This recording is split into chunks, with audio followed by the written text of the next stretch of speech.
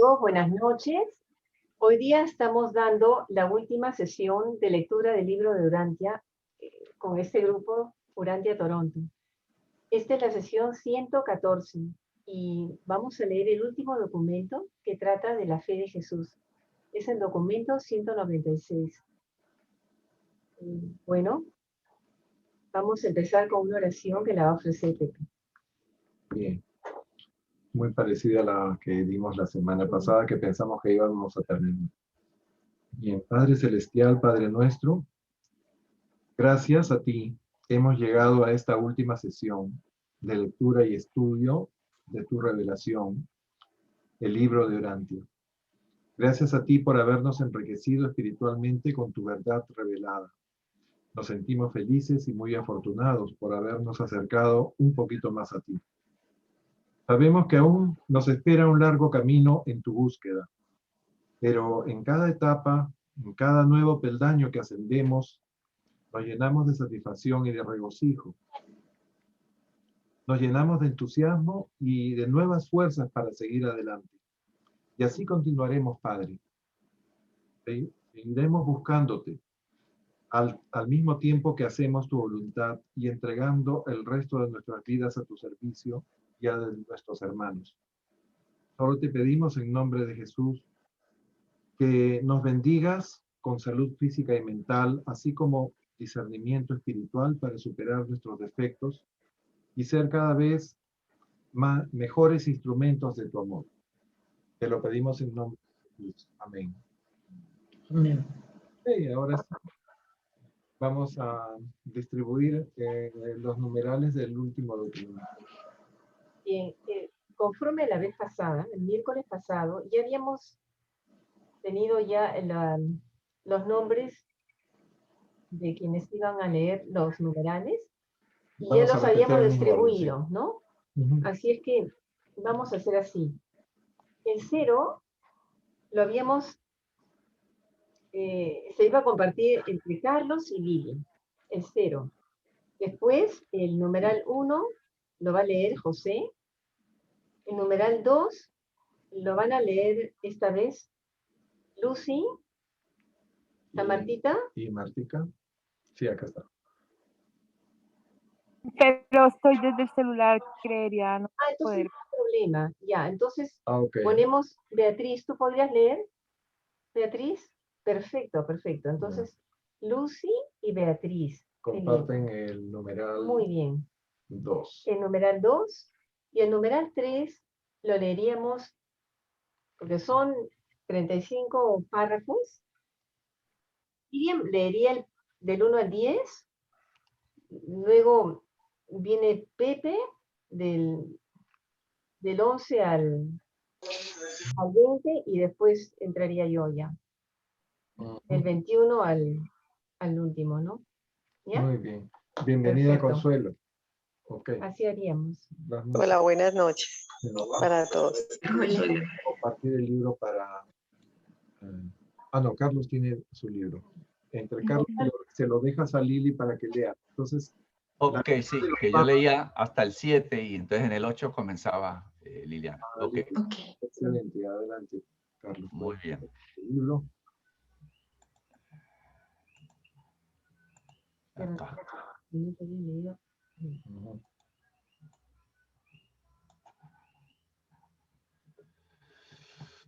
Documento 196, la fe de Jesús. Jesús gozaba de una fe sublime y sin reservas en Dios. Experimentó los altibajos normales y corrientes de la existencia mortal, pero nunca puso religiosamente en duda la certidumbre de la vigilancia y la guía de Dios. Su fe era el fruto de la perspicacia nacida de la actividad de la presencia divina, su ajustador interior. Su fe no era ni tradicional ni simplemente intelectual. Era enteramente personal y puramente espiritual. Jesús humano veía a Dios como santo, justo y grande, así como verdadero, bello y bueno. Todos estos atributos de la divinidad los enfocó en su mente como la voluntad del Padre que está en los cielos. El Dios de Jesús era al mismo tiempo el Santo de Israel y el Padre vivo y amoroso que está en los cielos, El concepto de Dios como Padre no era original de Jesús, pero exaltó y elevó la idea hasta el nivel de una experiencia sublime mediante la realización de una nueva revelación de Dios y la proclamación de que toda criatura mortal es hija de este Padre del amor, un hijo de Dios. Jesús no se aferró a la fe en Dios como un alma que lucha en una guerra contra el universo y en una pelea a muerte con un mundo hostil y pecaminoso. No recurrió a la fe simplemente para consolarse en medio de las dificultades o para animarse cuando lo amenazaba la desesperación. La fe no era para él una simple compensación ilusoria ante las realidades desagradables y las tristezas de la vida. En presencia misma de todas las dificultades naturales y de todas las contradicciones temporales de la existencia mortal, experimentó la tranquilidad de una confianza suprema e incontestable en Dios y sintió la formidable emoción de vivir por la fe en la presencia misma del Padre Celestial. Esta fe triunfante era la experiencia vigente de un logro espiritual real. La gran contribución de Jesús a los valores de la experiencia humana no fue la de revelar tantas ideas nuevas sobre el Padre que está en los cielos, sino más bien la de demostrar de manera tan magnífica y humana un tipo nuevo y superior de fe viviente en Dios. En ningún mundo de este universo, ni en la vida de ningún otro mortal, Dios no se ha vuelto nunca una realidad tan viviente como en la experiencia humana de Jesús de Nazaret. Este mundo y todos los demás mundos de la creación local descubren en la vida del maestro en Urantia un tipo de religión nuevo y superior, una religión basada en las relaciones espirituales personales con el Padre Universal y totalmente validada por la autoridad suprema de una experiencia personal auténtica. Esta fe viviente de Jesús era más que una reflexión intelectual y no era una meditación mística. La teología puede fijar, formular, definir y dogmatizar la fe, pero en la vida humana de Jesús la fe era personal, viviente, original, espontánea y puramente espiritual. Esta fe no era una veneración por la tradición ni una simple creencia intelectual que él mantenía como un credo sagrado, sino más bien una experiencia sublime y una convicción profunda que lo mantenían en la seguridad. Su fe era tan real e inclusiva que erradicó absolutamente todas las dudas espirituales y destruyó eficazmente todo deseo contradictorio. Nada era capaz de arrancar a Jesús del anclaje espiritual de esta fe ferviente, sublime e intrépida. Incluso en presencia de una derrota aparente o en medio de la decepción y de una desesperación amenazante, se mantenía sereno en la presencia divina, libre de temores y plenamente consciente de ser espiritualmente invencible. Jesús disfrutaba de la seguridad vigorizante de poseer una fe a toda prueba y en cada una de las situaciones difíciles de la vida mostró infaliblemente una lealtad incondicional a la voluntad del Padre. Esta fe magnífica no se dejó intimidar ni siquiera por la amenaza cruel y abrumadora de una muerte ignominiosa. En un genio religioso, una poderosa fe espiritual conduce muchas veces directamente a un fanatismo desastroso, a la exageración del ego religioso, pero esto no le sucedió a Jesús.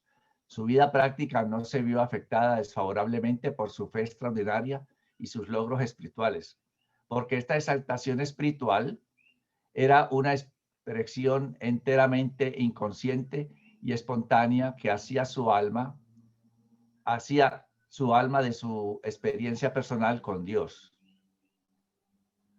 La fe espiritual de Jesús, arrolladora e indomable, nunca se volvió fanática, porque nunca intentó dejarse llevar por sus juicios intelectuales bien equilibrados sobre los valores proporcionales de las situaciones sociales, económicas y morales, prácticas y corrientes de la vida. El Hijo del Hombre era una personalidad humana espléndidamente unificada.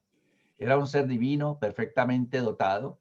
También estaba magníficamente coordinado como ser humano y divino combinados, ejerciendo su actividad en la tierra como una sola personalidad. El maestro siempre coordinaba la fe del alma con las sabias evaluaciones de una experiencia madurada. La fe personal, la esperanza espiritual y la devoción moral siempre estaban correlacionadas en una unidad religiosa incomparable de asociación armoniosa con la comprensión penetrante de la realidad y el carácter sagrado de todas las lealtades humanas: honor personal, amor familiar, obligaciones religiosas, deberes sociales y necesidades económicas. Entonces sigue ahora Liliana.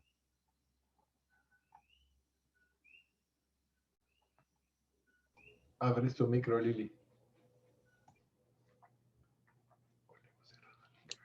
Ahora sí, disculpe. La fe de Jesús visualizaba que todos los valores espirituales se encontraban en el reino de Dios. Por eso decía, buscad primero el reino de los cielos. Jesús veía en la hermandad avanzada e ideal del reino de la realización, Jesús veía en la hermandad avanzada e ideal del reino la realización y el cumplimiento de la voluntad de Dios. La esencia misma de la oración que enseñó a sus discípulos fue: que venga tu reino, que se haga tu voluntad.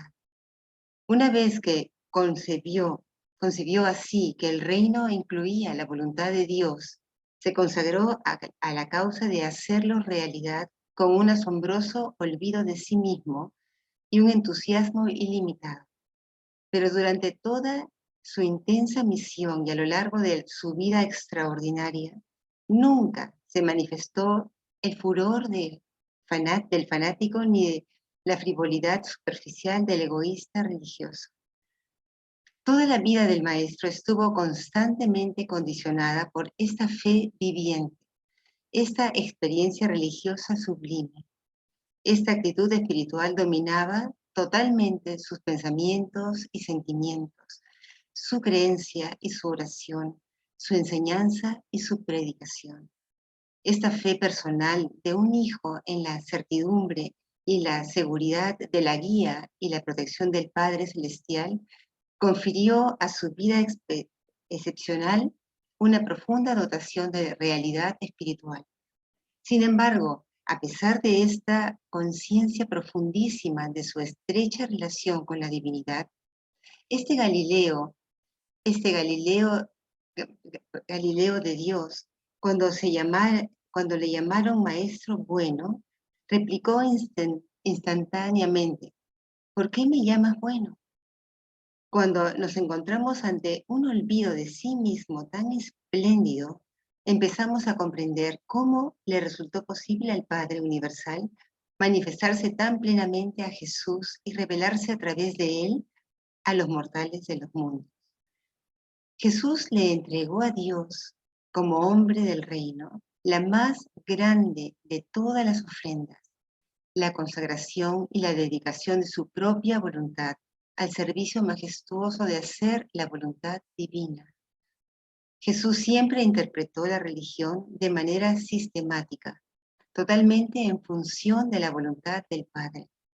Cuando estudiéis la carrera del Maestro en lo referente a la oración o a cualquier otra característica de la vida religiosa, no busquéis tanto lo que enseñó como lo que hizo. Jesús nunca oraba porque fuera un deber religioso.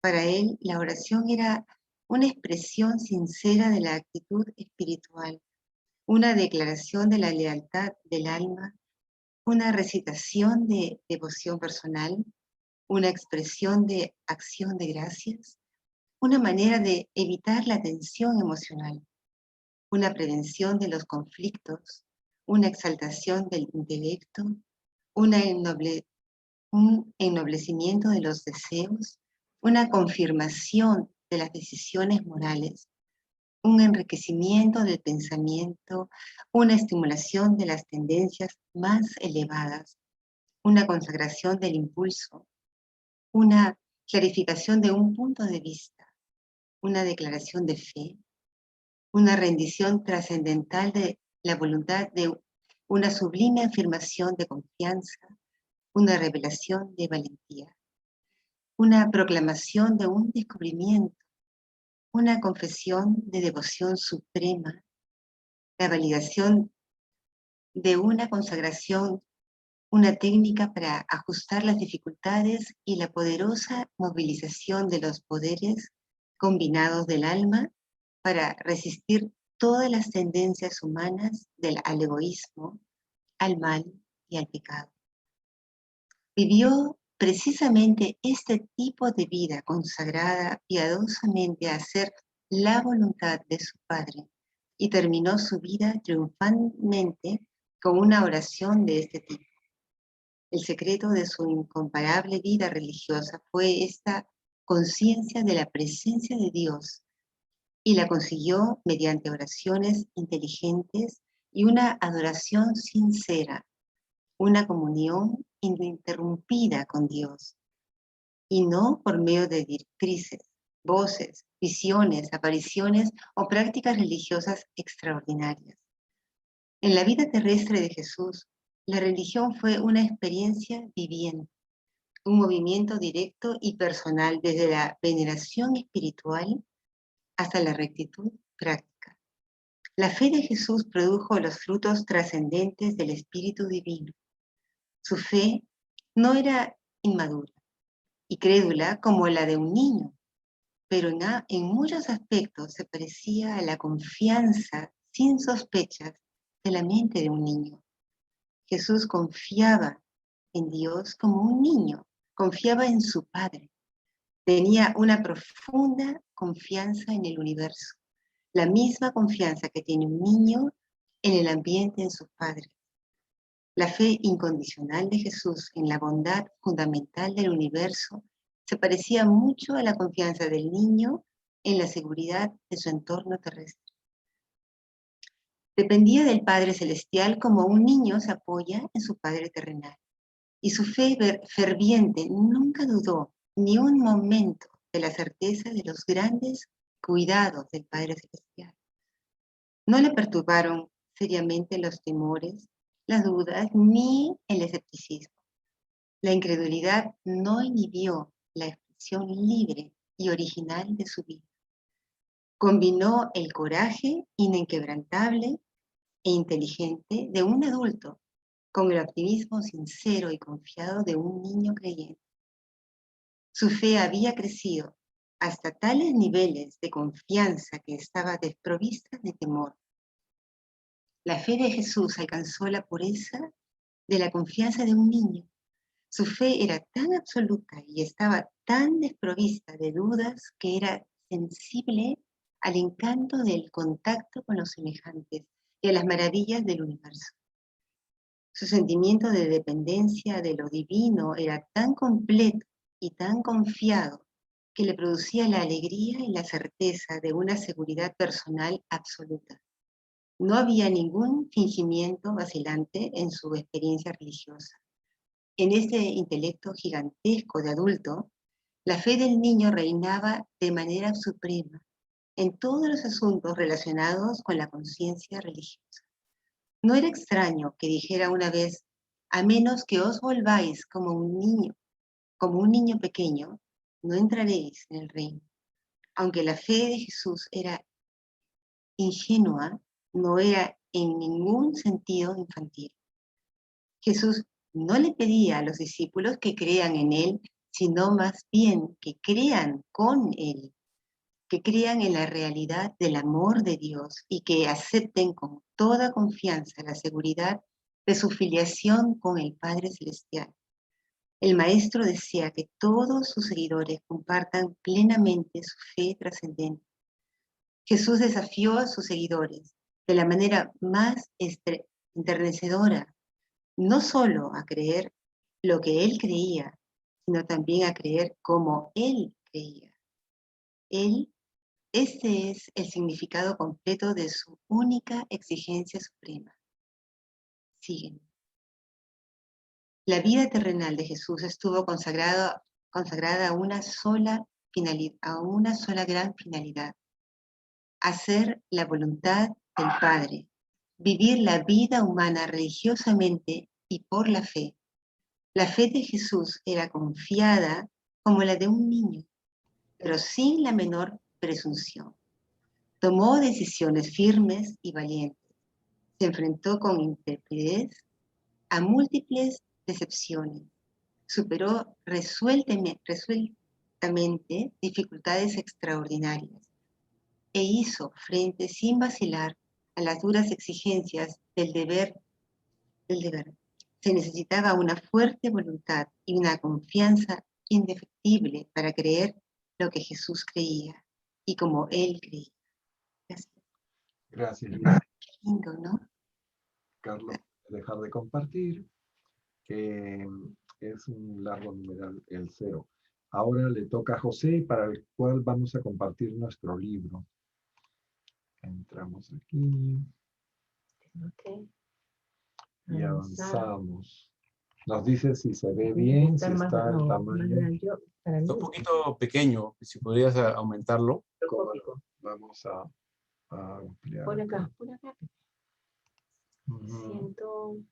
150, 150, no creo. A ver, 125. pon así. Ahora, amplía Ok, esto, vamos a please. jalar acá. Hay que ancharlo un poquito, creo. En eso estamos. Estoy. Créeme. Sí, el cuadrito de arriba, al lado de la X. Ok. No sé si ¿Ah, ya lo ves sí? bien. Cuadrito El de cuadrito de arriba. arriba. La letra más grande también. Ah, Tal ya, vez. el maximizador, o sea, esto, así. ¿Qué tal? No, ¿Muy grande? ¿Está la bien? letra La letra más grande. Muy la- chiquita la letra. Ok, vamos a ampliarla a 150. A ver, tú nos dices un poquito más. un poquito más, sí. Ok, vamos a hacerlo 155, pues. 175. A ver, ya, vamos a poner Uy, no, Pepe, te vas a salir de la... 175. Te vas a salir de la pantalla. No, pero que él me diga si lo ve bien, si puede leer. ¿Qué tal ahí? Está perfecto, está perfecto. Ah, excelente. Ok, empecemos. 1. Jesús, el hombre. La devoción de Jesús a la voluntad del Padre y al servicio del hombre era mucho más que una decisión como mortal y que una determinación humana. Era una consagración total de sí misma a esta donación limitada de amor. Por muy grande que sea el hecho de la soberanía de Miguel, no debéis apartar de los hombres al Jesús humano. El Maestro subió a los cielos no solo como hombre, sino también como Dios. Él pertenece a los hombres y los hombres le pertenecen. Es muy lamentable que la religión misma sea tan mal interpretada que aparte al Jesús humano de los mortales que luchan, que las discusiones sobre la humanidad o la divinidad de Cristo no oscurezcan la verdad salvadora de que Jesús de Nazaret fue un hombre religioso que consiguió por la fe conocer y hacer la voluntad de Dios. Fue realmente el hombre más religioso que haya vivido jamás en Urantia. Los tiempos están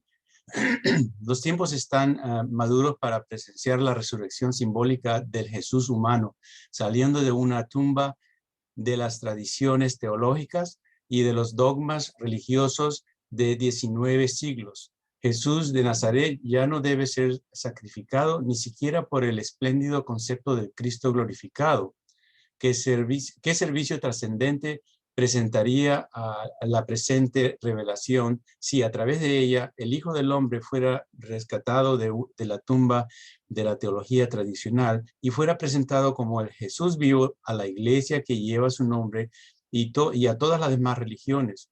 La hermandad cristiana de creyentes no dudará seguramente en reajustar su fe y sus costumbres de vida para poder seguir al Maestro en la manifestación de su vida real de devoción religiosa a la tarea de hacer la voluntad de su Padre y de consagración al servicio desinteresado de los hombres. Temen los cristianos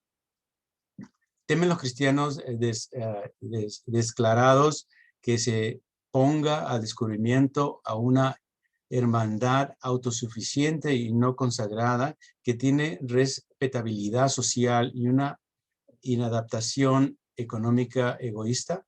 Temen el cristianismo institucional, que la autoridad eclesiástica tradicional esté posiblemente en peligro o incluso sea derrocada si el Jesús de Galileo se es reinstalado en la mente y en el alma de los hombres mortales como el ideal de la vida religiosa personal. En verdad, los mensajes sociales, las transformaciones económicas, los rejuvenecimientos morales y las revisiones religiosas de la civilización cristiana serían drásticas y revolucionarias si la religión viviente de Jesús sustituyera repentinamente a la religión teológica acerca de Jesús. Seguir a Jesús significa compartir personalmente su fe religiosa y entrar en el espíritu de la vida del Maestro, consagrada al servicio desinteresado de los hombres.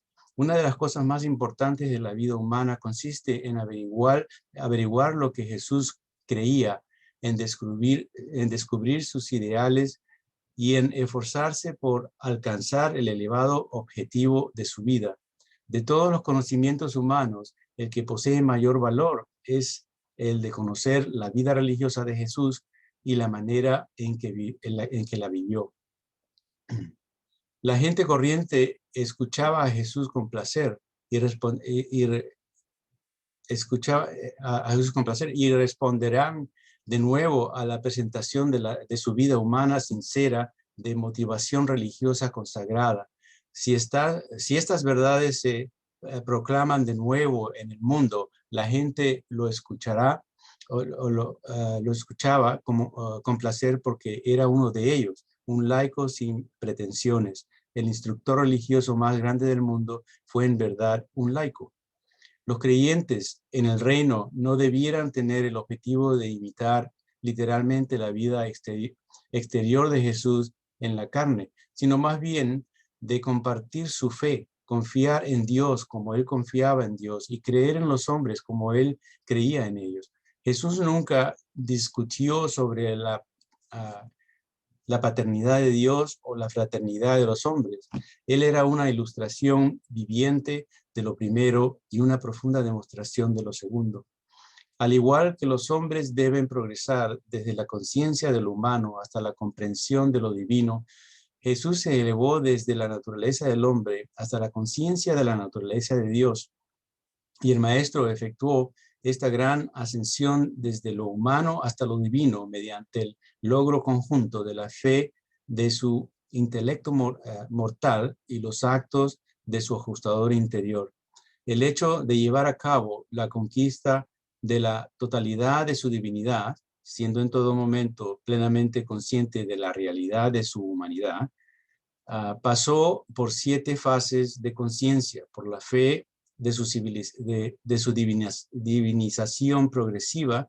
Los siguientes acontecimientos extraordinarios marcaron estas fases de desarrollo progresivo de sí mismo en la experiencia donadora del Maestro. 1. La llegada del ajustador al pensamiento. 2. El mensajero de Emmanuel que se le apareció en Jerusalén cuando tenían unos 12 años. 3. Las manifestaciones que acompañaron a su bautismo. 4. Las experiencias en el monte de la transfiguración. 5. La resurrección voluntaria.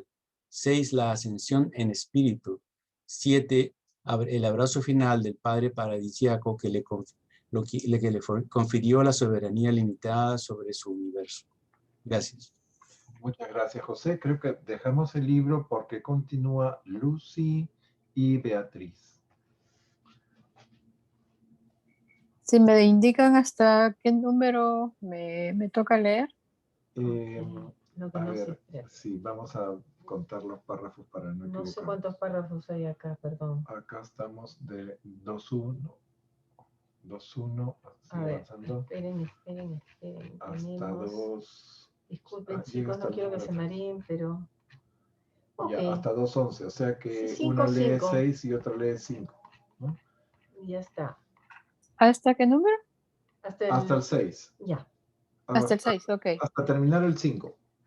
Ok, gracias. La religión de Jesús.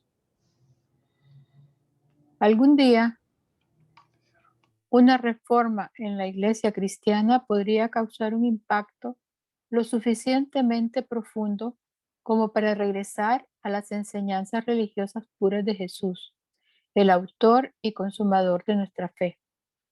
Podéis predicar una religión acerca de Jesús, pero la religión de Jesús forzosamente tenéis que vivirla.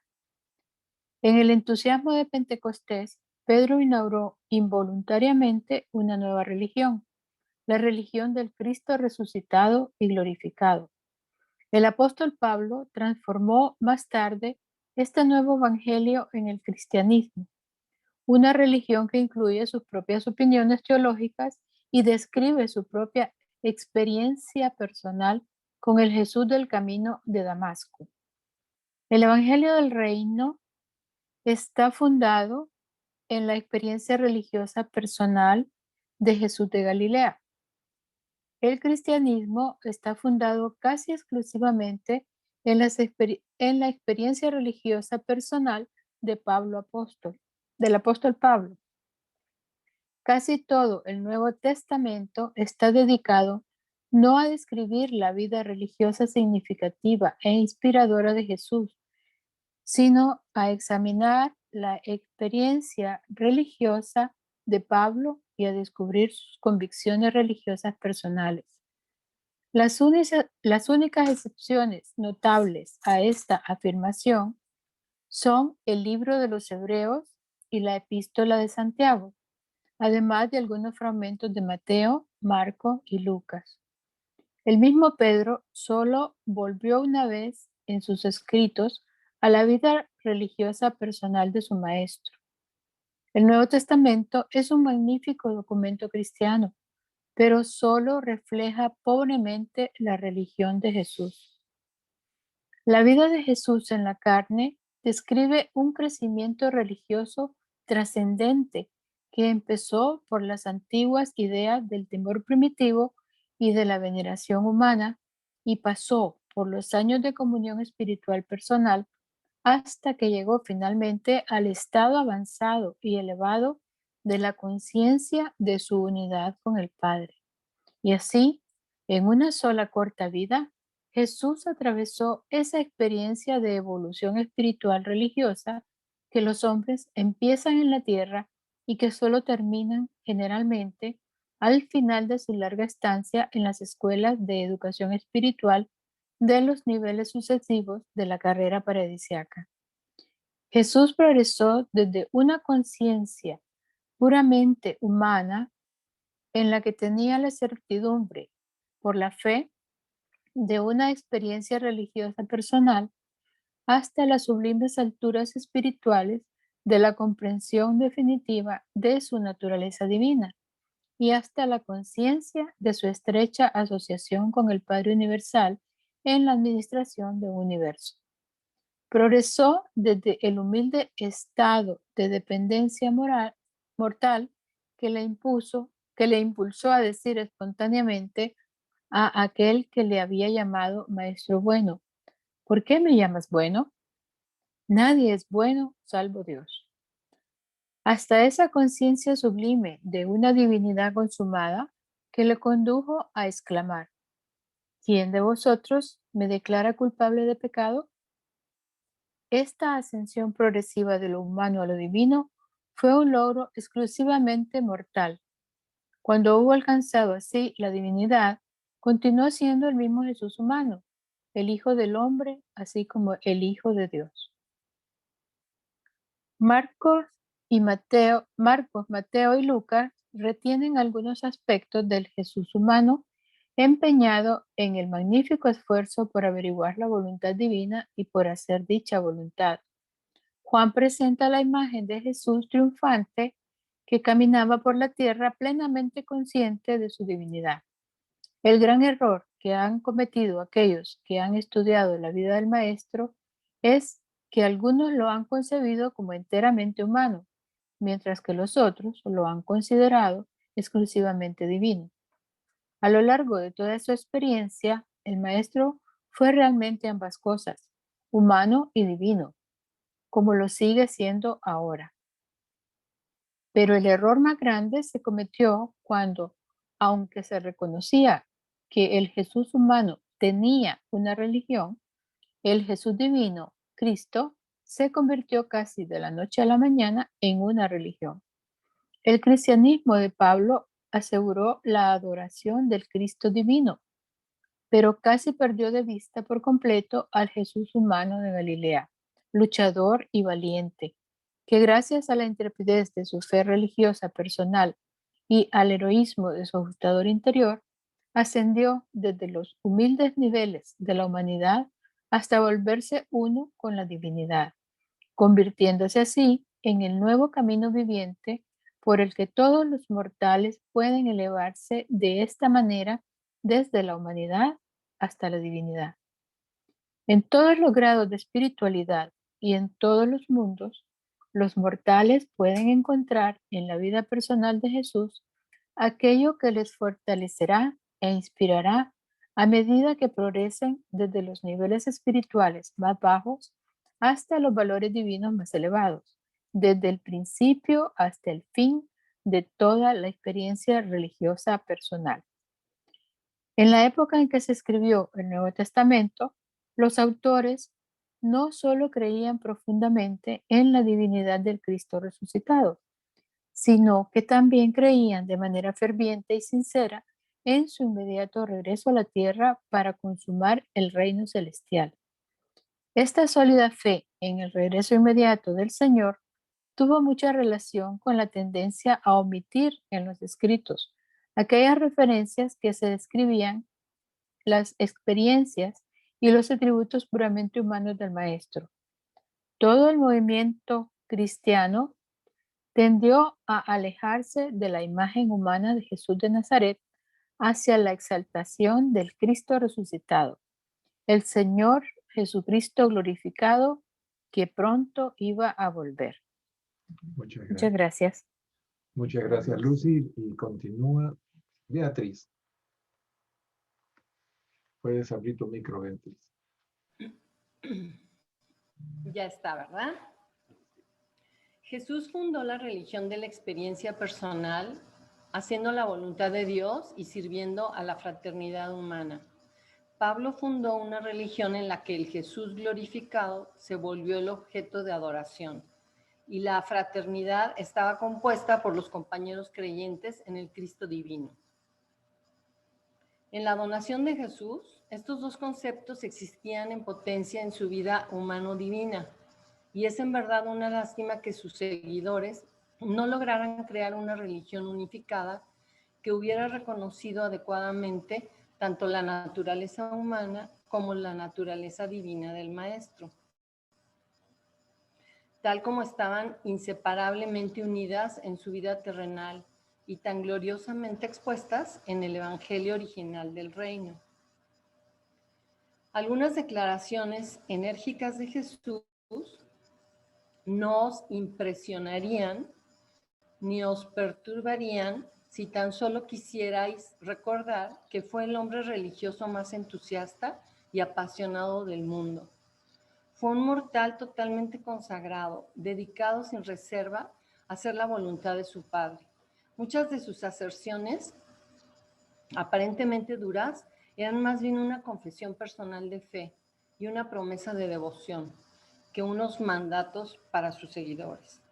Esta misma determinación y esta devoción desinteresada fueron las que le permitieron efectuar en una corta vida un progreso tan extraordinario en la conquista de su mente humana. Muchas de sus declaraciones deberían ser consideradas como una confesión de lo que se exigía a sí mismo, en lugar de una exigencia para todos sus seguidores. En su devoción a la causa del reino, Jesús quemó todos los puentes detrás de él, sacrificó todo lo que fuera un obstáculo para hacer la voluntad de su Padre.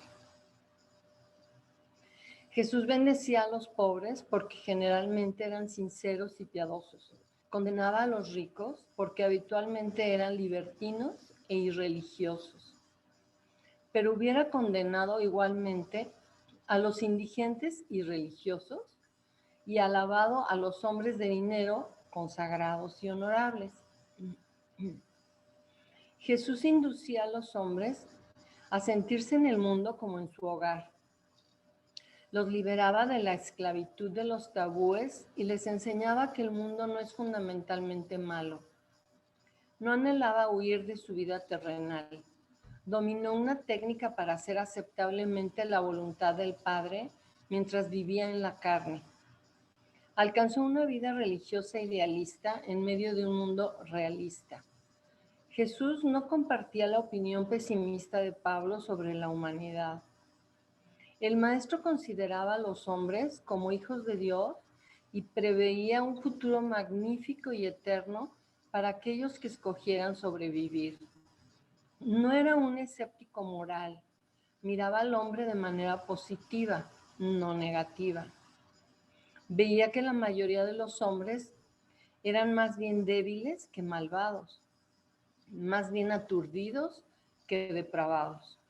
Pero cualquiera que fuera su condición, todos eran hijos de Dios y sus hermanos. Enseñó a los hombres a que se atribuyeran un alto valor en el tiempo y en la eternidad.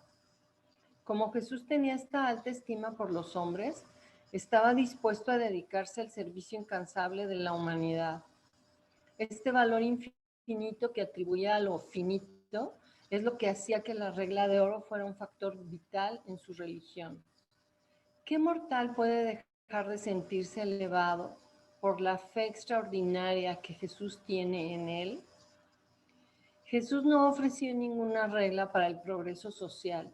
Su misión era religiosa y la religión es una experiencia exclusivamente individual. La meta última del logro más avanzado de la sociedad nunca puede esperar trascender la fraternidad de los hombres enseñada por Jesús, basada en el reconocimiento de la paternidad de Dios. El ideal de todo logro social solo se puede realizar con la llegada de este reino divino. Gracias. Muchas gracias, Beatriz. Y ahora el último numeral lo vamos a dividir entre Miriam, Ketty y yo, ¿no? Y perdón, Lourdes. Oh, no. Lourdes no está. Ya. Nosotros tres. Nosotros tres. Entonces vendría... Miriam, ¿quieres compartir tu libro o dejamos este? Comparto el mío, comparto. Ok.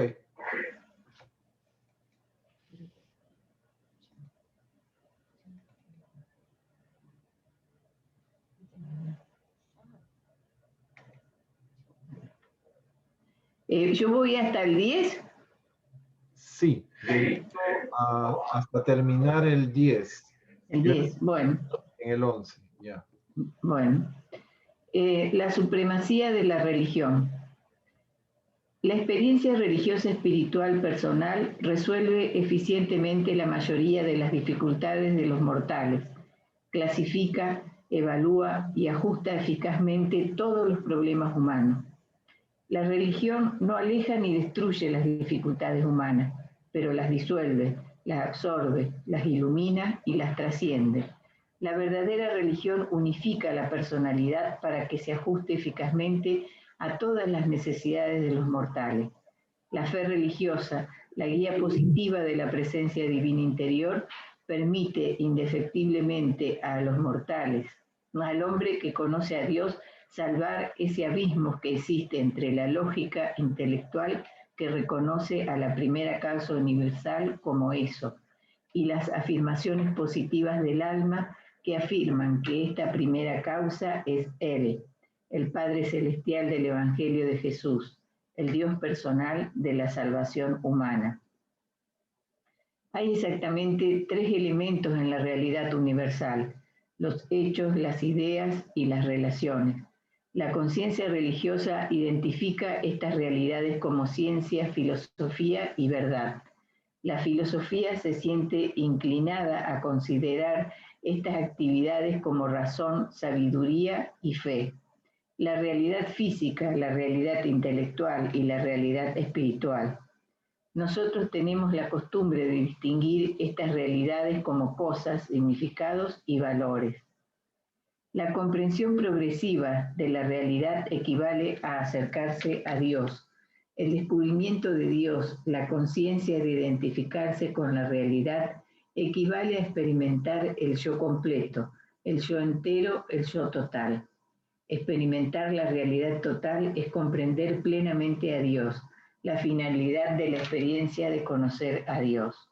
La suma total de la vida humana consiste en el conocimiento de que el hombre es educado por los hechos, ennoblecido por la sabiduría y salvado, justificado por la fe religiosa. La certidumbre física consiste en la lógica de la ciencia, la certidumbre moral en la sabiduría de la filosofía y la certidumbre espiritual en la verdad de la experiencia religiosa auténtica.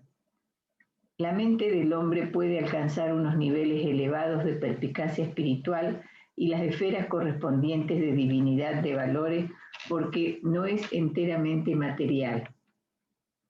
Existe un núcleo espiritual en la mente del hombre, el ajustador de la presencia divina. Hay 3 pruebas distintas de que este espíritu habita en la mente humana. Primero, la comunión humanitaria, el amor. La mente puramente animal puede ser gregaria para protegerse, pero solo el intelecto habitado por el espíritu es generosamente altruista e incondicionalmente amoroso. 2.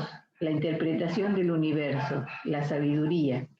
Solo la mente habitada por el espíritu puede comprender que el universo es amistoso para el individuo. Y 3. La evaluación espiritual de la vida, la adoración. Solo el hombre habitado por el espíritu puede darse cuenta de la presencia divina y tratar de alcanzar una experiencia más completa en y con este anticipo de la divinidad. La mente humana no crea valores reales. La experiencia humana no ofrece una perspicacia del universo. En lo que concierne a la perspicacia, el reconocimiento de los valores morales y el discernimiento de los significados espirituales, todo lo que la mente humana puede hacer es descubrir, reconocer, interpretar y elegir. Hermoso, muy bueno. Muchas gracias. Puedes dejar de compartir, vamos a leer en nuestro libro. Hemos resaltado algunos párrafos. Ok, entonces acá, gracias. Acá me voy.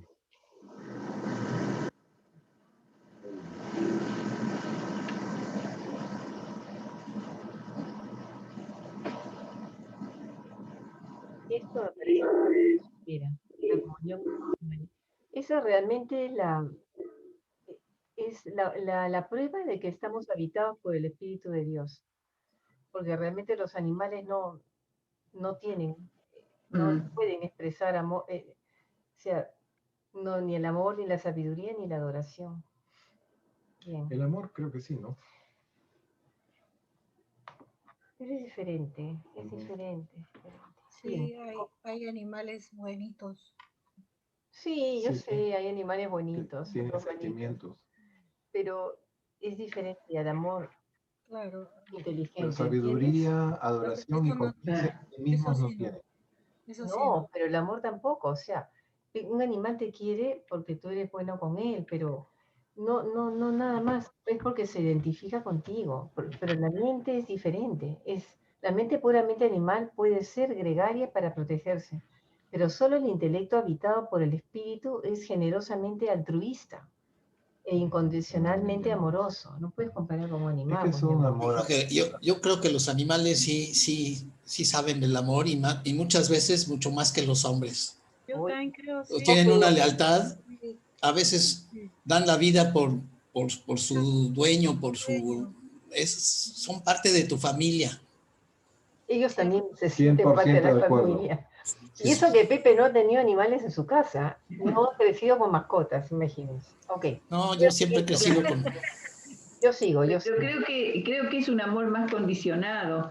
El ser humano tiene el intelecto que lo ayuda a ver más allá. O sea, eso es lo que realmente yo rescato de esto, ¿no? Que es lo que nos da la diferencia. Nuestro amor no está condicionado, lo condicionamos nosotros, y nosotros somos los que tenemos el intelecto, ¿no es cierto? Y la inteligencia y la sabiduría y la capacidad para crecer. Y creo que ahí está el quid de la cuestión de no poder desarrollarlo, de no poder expresarlo, ¿no? cuáles son las trabas que por ahí nos ponemos para eso. Pero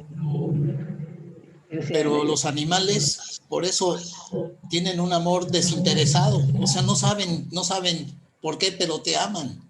Claro, sí, eso es real. Eso es real, pero por eso te digo que nosotros, con la inteligencia que tenemos, ¿por qué condicionamos tanto el amor? El amor a nuestros semejantes, ¿por qué, digamos, hacemos sectarismo en cierta gente porque no nos gusta por su color, por su condición, en fin, por montones de cosas, ¿no es cierto? Y nosotros somos los inteligentes, o sea, teóricamente somos los inteligentes. A eso me refiero, esa es la diferencia que yo quiero aportar, ¿me entendés? No continúo entonces. Así es, todas las opiniones son válidas. Aquí hay, inclusive había un mensaje de Consuelo que dice, así es Renato, las mascotas son parte de la familia y nos dan amor incondicional. Muy cierto. Muy bien, sigamos. Vamos al numeral 11, ¿no? Ya. Ok, 10. Ahí está. La mente humana no crea valores reales. La experiencia humana no ofrece una perspicacia del universo. En lo que concierne a la perspicacia, el reconocimiento de los valores morales y el discernimiento de los significados espirituales, todo lo que la mente humana puede hacer es descubrir, reconocer, interpretar y elegir. Los valores morales del universo se vuelven posesiones intelectuales mediante el ejercicio de los 3 criterios básicos o elecciones de la mente mortal. 1. El criterio de sí mismo, la elección moral. 2. El criterio social, la elección ética. 3. El criterio de Dios, la elección religiosa. Así pues, parece ser que todo progreso humano se efectúa mediante una técnica de evolución revelatoria conjunta. Si un amante divino no viviera en él, el hombre no podría amar de manera desinteresada y espiritual. Si un intérprete no viviera en su mente, el hombre no podría comprender realmente la unidad del universo. Si un evaluador no residiera en él, al hombre le sería totalmente imposible apreciar los valores morales y reconocer los significados espirituales. Y este amante procede de la fuente misma del amor infinito. Este intérprete es una parte de la unidad universal. Este evaluador es el hijo del centro y la fuente de todos los valores absolutos de la realidad divina y eterna. La evaluación moral con un significado religioso, la perspicacia espiritual, conlleva la elección del individuo entre el bien y el mal, la verdad y el error, lo material y lo espiritual, lo humano y lo divino, el tiempo y la eternidad. La supervivencia humana depende en gran parte de que la voluntad humana se consagre a escoger los valores elegidos por este clasificador de los valores espirituales, el intérprete y unificador interior. La experiencia religiosa personal consta de 2 fases: el descubrimiento en la mente humana y la revelación por el Espíritu Divino interior. Debido a una sofisticación excesiva o a consecuencia de la conducta impía de unas personas supuestamente religiosas, un hombre o incluso una generación de hombres puede elegir interrumpir sus esfuerzos por descubrir al Dios que vive en ellos. Pueden dejar de progresar en la revelación divina y no llegar a alcanzarla. Pero estas actitudes desprovistas de progreso espiritual no pueden durar mucho tiempo debido a la presencia y a la influencia de los ajustadores interiores del pensamiento. Esta profunda experiencia de la realidad de la presencia divina interior trasciende para siempre la rudimentaria técnica y materialista de las ciencias físicas No podéis colocar la alegría espiritual debajo de un microscopio. No podéis pesar el amor en una balanza.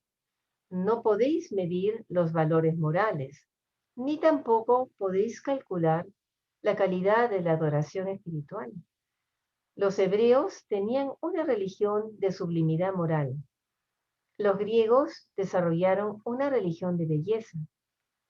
Pablo y sus compañeros fundaron una religión de fe, esperanza y caridad. Jesús reveló y ejemplificó una religión de amor. La seguridad en el amor del Padre, con la alegría y la satisfacción consiguientes de compartir este amor al servicio de la fraternidad humana. Ok. Gracias, Ketty. Cada vez que el hombre hace una elección moral reflexiva, experimenta de inmediato una nueva invasión divina en su alma. La elección moral constituye la religión, porque es el motivo de la reacción interior a las condiciones exteriores. Pero esta religión real no es una experiencia puramente subjetiva. Significa que la totalidad subjetiva del individuo está ocupada en una respuesta significativa e inteligente a la objetividad total, al universo y a su hacedor. La experiencia exquisita y trascendente de amar y ser amado es puramente subjetiva, pero eso no significa que sea solamente una ilusión psíquica. La única realidad verdaderamente divina y objetiva que está asociada con los seres mortales, el ajustador del pensamiento, funciona aparentemente para la observación humana como un fenómeno exclusivamente subjetivo. El contacto del hombre con la realidad objetiva más elevada, Dios, solo se efectúa a través de la experiencia puramente subjetiva de conocerlo, adorarlo y comprender la filiación con él. La verdadera adoración religiosa no es un monólogo inútil en el que uno se engaña a sí mismo. La adoración es una comunión personal con lo que es divinamente real, con lo que es la fuente misma de la realidad. Mediante la adoración, el hombre aspira a ser mejor y por medio de ella alcanza finalmente lo mejor. La idealización de la verdad, la belleza y la bondad y el intento de servirlas no son un sustituto de la experiencia religiosa auténtica. La realidad espiritual, la psicología y el idealismo no son el equivalente de la realidad religiosa. Las proyecciones del intelecto humano pueden originar en verdad falsos dioses, dioses a la imagen del hombre. Pero la verdadera conciencia de Dios no se origina de esta manera. La conciencia de Dios reside en el espíritu interior. Muchos sistemas religiosos del hombre provienen de las formulaciones del intelecto humano, pero la conciencia de Dios no forma parte necesariamente de estos sistemas grotescos de esclavitud religiosa. Dios no es una simple invención del idealismo del hombre. Él es la fuente misma de todas estas perspicacias y valores superanimales. Dios no es una hipótesis formulada para unificar los conceptos humanos de la verdad, la belleza y la bondad. Él es la personalidad de amor de la que proceden todas estas manifestaciones universales. La verdad, la belleza y la bondad del mundo del hombre están unificadas por la espiritualidad creciente de la experiencia de los mortales que ascienden hacia las realidades del paraíso. La unión de la verdad, la belleza y la bondad solo se puede realizar en la experiencia espiritual de la personalidad que conoce a Dios. La moralidad es el terreno preexistente esencial de la conciencia personal de Dios, la comprensión personal de la presencia interior del ajustador. Pero esta moralidad no es el origen de la experiencia religiosa ni de la perspicacia espiritual resultante. La naturaleza moral es superanimal, pero subespiritual. La moralidad equivale a reconocer el deber, a comprender la existencia del bien y el mal. La zona moral se interpone entre el tipo de mente animal y el tipo de mente humana, al igual que la morontia desempeña su función entre las esferas materiales y las esferas espirituales que alcanza la personalidad. La mente evolutiva es capaz de descubrir la ley, la moral y la ética, pero el espíritu otorgado, el ajustador interior, revela a la mente humana en evolución el legislador, el padre fuente de todo lo que es verdadero, bello y bueno. Un hombre iluminado así tiene una religión y está espiritualmente equipado para empezar la larga e intrépida búsqueda de Dios. La moral no es necesariamente espiritual. Puede ser total y puramente humana, aunque la auténtica religión realza todos los valores morales, los hace más significativos. La moralidad, sin religión, no logra revelar la bondad última y tampoco consigue asegurar la supervivencia de ni siquiera sus propios valores morales. La religión asegura el engrandecimiento, la glorificación y la supervivencia indudable de todo lo que la moralidad reconoce y aprueba. La religión se encuentra por encima de la ciencia, el arte, la filosofía, la ética y la moral, pero no es independiente de ellas. Todas están indisolublemente interrelacionadas en la experiencia humana personal y social. La religión es la experiencia suprema del hombre en su estado natural como ser mortal, pero el lenguaje finito hace imposible para siempre que la teología pueda describir adecuadamente la auténtica experiencia religiosa.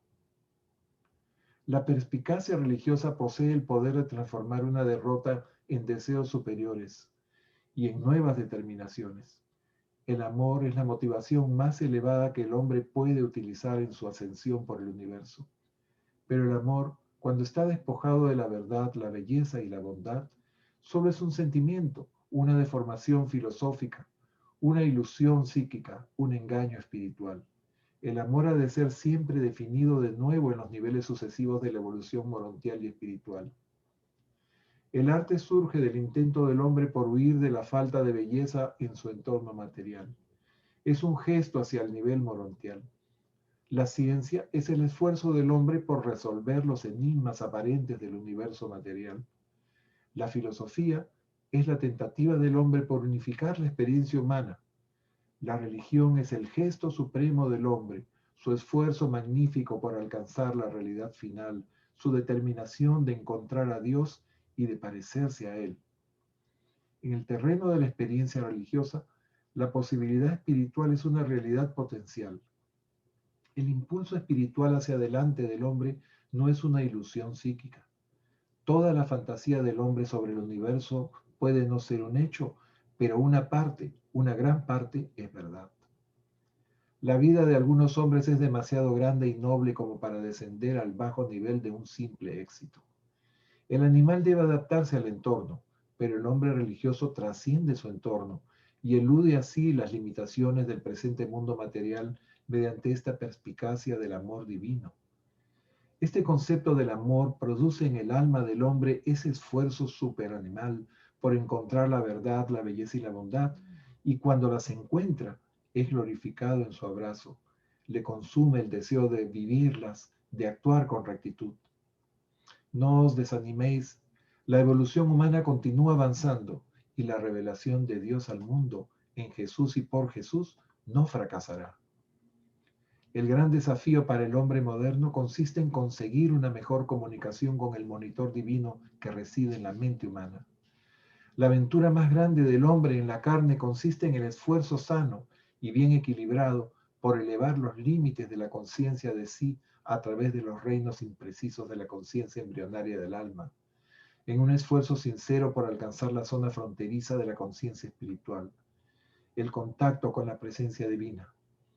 Esta experiencia constituye la conciencia de Dios, una experiencia que confirma poderosamente la verdad preexistente de la experiencia religiosa de conocer a Dios. Esta conciencia del Espíritu equivale a conocer la realidad de la filiación con Dios. De otro modo, la seguridad de la filiación es la experiencia de la fe. La conciencia de Dios equivale a la integración del yo en el universo y en sus niveles más elevados de realidad espiritual. Únicamente el contenido espiritual de un valor cualquiera es imperecedero. Incluso aquello que es verdadero, bello y bueno, no puede perecer en la experiencia humana. Si el hombre no elige sobrevivir, entonces el ajustador sobreviviente conservará estas realidades nacidas del amor y alimentadas en el servicio. Todas estas cosas forman parte del Padre Universal. El Padre es amor viviente y esta vida del Padre se encuentra en sus hijos. Y el Espíritu del Padre reside en los hijos de sus hijos, los hombres mortales. Cuando todo ha sido dicho y hecho, la idea de Padre continúa siendo el concepto humano más elevado de Dios. Bien, amigos, con esto hemos terminado esta lectura del libro. Obviamente hay mucho por reflexionar, mucho que repasar, mucho que profundizar. Y por lo tanto, nuestro grupo no va a dejar de funcionar. Vamos a reiniciar la lectura del libro en algún día del próximo mes. Vamos a tomarnos unas semanitas para invitar a más personas que no hayan leído o que ya hayan leído el libro y quisieran pues volver a repasarlo. Y vamos a cambiar un poquito la dinámica, ¿no? A sugerencia de algunos amigos que nos han dado sus puntos de vista muy valiosos. Hemos decidido avanzar solo un documento por sesión y en la segunda hora, bueno, conversarlo, discutirlo, profundizarlo, resaltar los puntos más interesantes o tratar de aclararlos o tratar de interpretarlos como Dios nos inspire a hacerlo, ¿no? Como nuestro espíritu de la verdad nos inspire a hacerlo y eso compartirlo entre todos los lectores que formemos esa sesión. Y bien, no sé si Ketita quieres agregar algo más. Yo solo quiero decir que estoy agradecida a todos ustedes porque fielmente nos han acompañado todos estos miércoles durante estos 2 años y un poco más. Creo que empezamos en septiembre, me parece. Y la verdad que sin la compañía de ustedes, sin las opiniones, no nos habríamos enriquecido, no habríamos aprendido y no habríamos podido concretar este proyecto que teníamos de leer el libro de Durantia. Y bueno, compartirlo con todos, porque definitivamente está el enlace en el canal que tenemos de YouTube. Y yo sé que hay más personas que están viendo estos vídeos, ¿no? Que están también invitados a participar de esta nueva sesión de lectura. Y definitivamente va a ser un estudio un poco más profundo, ¿no? Se va a poder profundizar, digamos, revisar y entrar más en detalle en las lecturas. Por eso es que eso es todo lo que quería decirles y la verdad es que estoy muy, muy contenta, es una experiencia preciosa contar con ustedes, no solamente que, claro, como amigos, ¿no? Pero se ha creado una hermandad entre nosotros y es un lazo muy fuerte. Y de verdad que yo siento que el libro Durantia tiene esa magia de unirnos, se establece como una comunión entre nosotros porque coincidimos con todo esto. Es una verdad que resuena muy fuerte en nuestro corazón. Entonces, yo estoy muy, muy agradecida y feliz de haberlos ganado como amigos, a todos ustedes, amigos y hermanos en la fe de Dios y en el corazón, por supuesto. Así es, yo también estoy sumamente agradecido Sí. de todos los aportes que ustedes han hecho, que nos han ayudado a entender mejor, a conocer otros puntos de vista y también a estimularnos para esmerarnos cada día más en tratar de hacer estas sesiones lo más enriquecedoras posibles para nuestro crecimiento personal y espiritual, ¿no? Esa es la idea y esa es la magia del libro, que está dirigido a las personas, ¿no? Acá no estamos unidos porque hay un dogma, hay un credo que nos hermana a todos, ¿no? Acá cada uno ha encontrado su verdad, cada uno ha encontrado a Dios a su manera, de acuerdo con sus cualidades, con su personalidad muy particular y única que el Padre nos ha otorgado. Y al comprender y al haber nacido en el Espíritu, ya nos sentimos hermanos. En este pequeño mundo, en este pequeño grupo, yo podría decir, en todos los grupos de lectura del libro Durantia se siente esa unión, esa fraternidad, ¿no? Sin que haya una autoridad que nos está vigilando, que nos esté diciendo cómo debemos pensar. Cada uno lo piensa y lo toma y lo desarrolla a su manera. Y esa es la verdadera religión, la que uno mismo encuentra, ¿no? Y profundiza y es una verdad viva que sigue creciendo y que sigue alimentándose a medida que le damos más espacio para que entre más verdad dentro de nuestro corazón. Y esto, por supuesto, no viene para que nosotros nos quedemos con Él y nos sintamos, oh, qué lindo, qué espirituales somos. Porque hay una parte en la que... Tenemos que entregarlo. Todo lo que Dios nos ha dado gratuitamente, también debemos darlo gratuitamente, ¿no? De la mejor forma, de la forma más pura y desinteresada posible. Así es, amigo. Yo quisiera aprovechar para agradecerles a ti, Pepito, y a ti, Ketita, por todo el esfuerzo, por todo el amor que han entregado, así desinteresadamente, ese amor incondicional que es lo más valioso para Dios, y nos han abierto nos han ayudado a abrir los ojos para muchas verdades que no entendíamos, ¿no? Que, bueno, de repente probablemente ninguno de nosotros sabía. Es una nueva revelación y han tenido la paciencia de encauzarnos. Hemos formado un grupo muy bonito, nos hemos relacionado y mira, me parece mentira cuando ustedes recién invitaban al grupo a unirse, que han pasado 2 años, parece increíble. Los felicito porque lo han hecho muy bien. Han tenido la paciencia y la constancia de reunirnos todos los miércoles. Y les quiero agradecer. 2 años y medio y 114 sesiones, ¿no? Increíble, es verdad. Ha pasado tan rápido el tiempo. La tiempo. lectura va a tomar un poquito más de tiempo porque vamos a ir avanzando uno por uno los documentos. Pero va a ser lento y seguro y con más profundidad. Así que están todos invitados. Y a invitar a todos los que ustedes crean que pueden estar en la capacidad de recibir estas verdades, que pueden atreverse a dejar lo que ya les habían dado, lo que a todos nos dieron, ¿no? En nuestra infancia crecimos en una fe y después llegó un punto en que la cuestionamos y después llegó un punto en que descubrimos realmente cómo era para nosotros nuestra verdad. Se ha reforzado, porque así es la misma fe, pero se ha reforzado. Ya no es ¿no? algo que deseamos creer o deseamos, sino algo que lo hemos comprobado en nuestra propia experiencia, ¿no?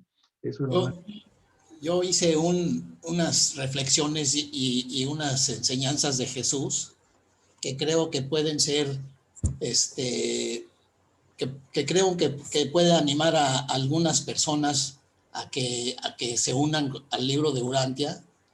Entonces, si quieres, se las comparto. Pero eso es valiosísimo. Pero son,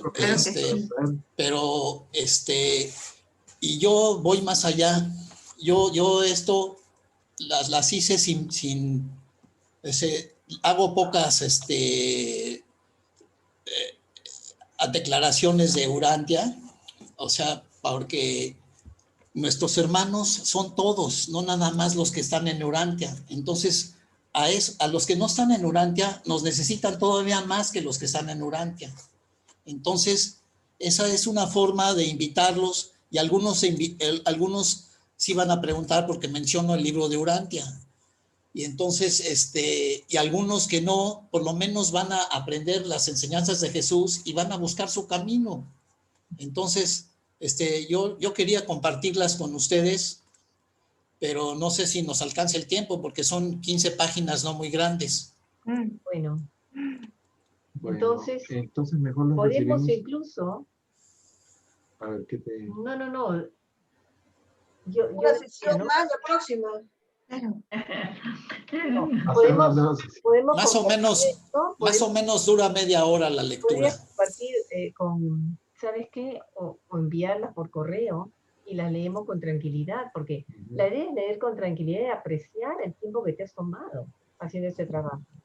Podrías leerlas, pero honestamente yo quisiera apreciar la sí, o sea, yo se las pensaba mandar independientemente a su correo y para que ustedes las leyeran y entonces que se las puedan mandar a todo el grupo porque son para la gente, o sea... Se las manda al grupo sí, de nosotros. Y a todos los que quieran, o sea, gracias, precisamente Renato. De nada, ¿no? Es que como les digo, yo lo veo para los demás, para los que no están en Urantia, porque todos esos son nuestros hermanos y esos necesitan más saber lo que nosotros hemos tenido la bendición de saber.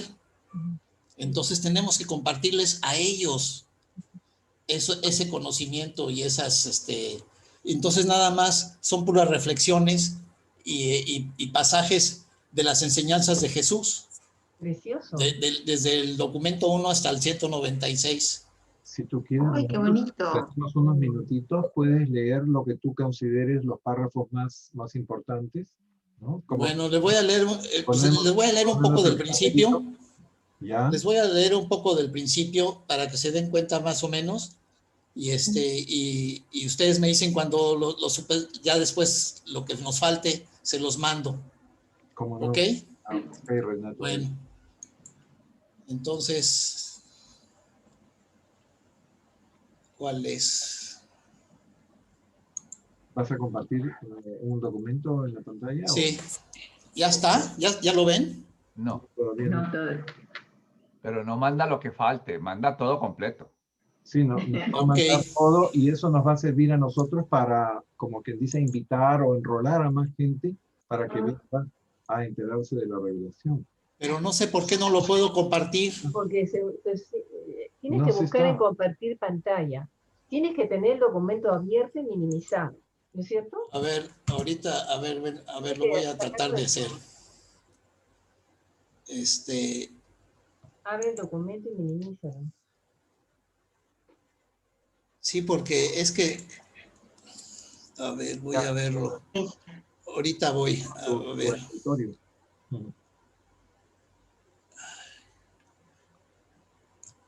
Es que lo tengo que encontrar.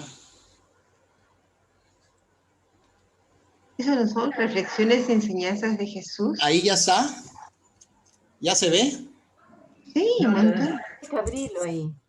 Ok, ¿ya está abierto? No, A ver, no se abre. Vemos tu escritorio, estás compartiendo tu escritorio, pero ¿sabes lo que hay que hacer? Una vez que ya está abierto en tu escritorio, lo minimizas y vuelves a compartir. ¿Cómo lo minimizo? Porque... Le pones la rayita. Es un PDF, ¿verdad? Es un documento Sí, PDF. es un PDF. Ábrelo en la pantalla, lo ves tú. Lo minimizas y después pones compartir y lo sacas de la pantalla. ¿Lo minimizo? Abierto. Sí, minimizado, pero abierto. Ok, ¿y luego qué hago? Ya, una vez que ya está abierto y minimizado, haces la función de compartir en el Zoom. ¿Compartir? Compartir, después ves tu escritorio, buscas el documento en tu escritorio, lo resaltas y pones compartir. Vuelves a ver, ahí está. Ahora sí. Ok. Entonces, las siguientes reflexiones y enseñanzas de Jesús van dirigidas a mis hermanos para que la compartan si es de su agrado. Es simplemente uno de los muchos caminos que nos llevan a buscar a Dios. Ningún hombre es extraño para el que conoce a Dios. Jesús les enseñaba a sus apóstoles, pero a la vez sus enseñanzas eran para todos los mortales. ¿Cuántas veces dijo que el que no tenga oídos que oiga? Eso quiere decir que no todos oyen, pero no por eso dejaba de enseñar. Enseñaba para el que quiere oír, respetaba siempre el libre albedrío. También nos dijo que siempre demos las gracias al Padre por todo lo que hacen por nosotros.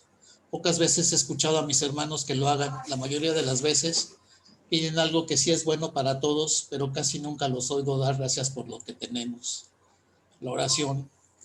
Son nuestros pensamientos los que nos conducen hacia Dios mediante la oración inteligente y la adoración sincera. Nuestra religión progresa por la fe y el discernimiento espiritual interior. Jesús nos aconseja que no oremos y adoremos al Padre solo cuando estemos atribulados o enfermos para obtener la salud de nuestro cuerpo, sino que oremos y adoremos al Padre cuando todo va bien para nuestra alma. Oramos para conocer cuál es la voluntad del Padre que está en el cielo. La oración inteligente, la acción de gracias y la adoración sincera nos acercarán de mejor manera a la zona de contacto interior con nuestro ajustador del pensamiento mediante una fe viviente. El discurso sobre la oración.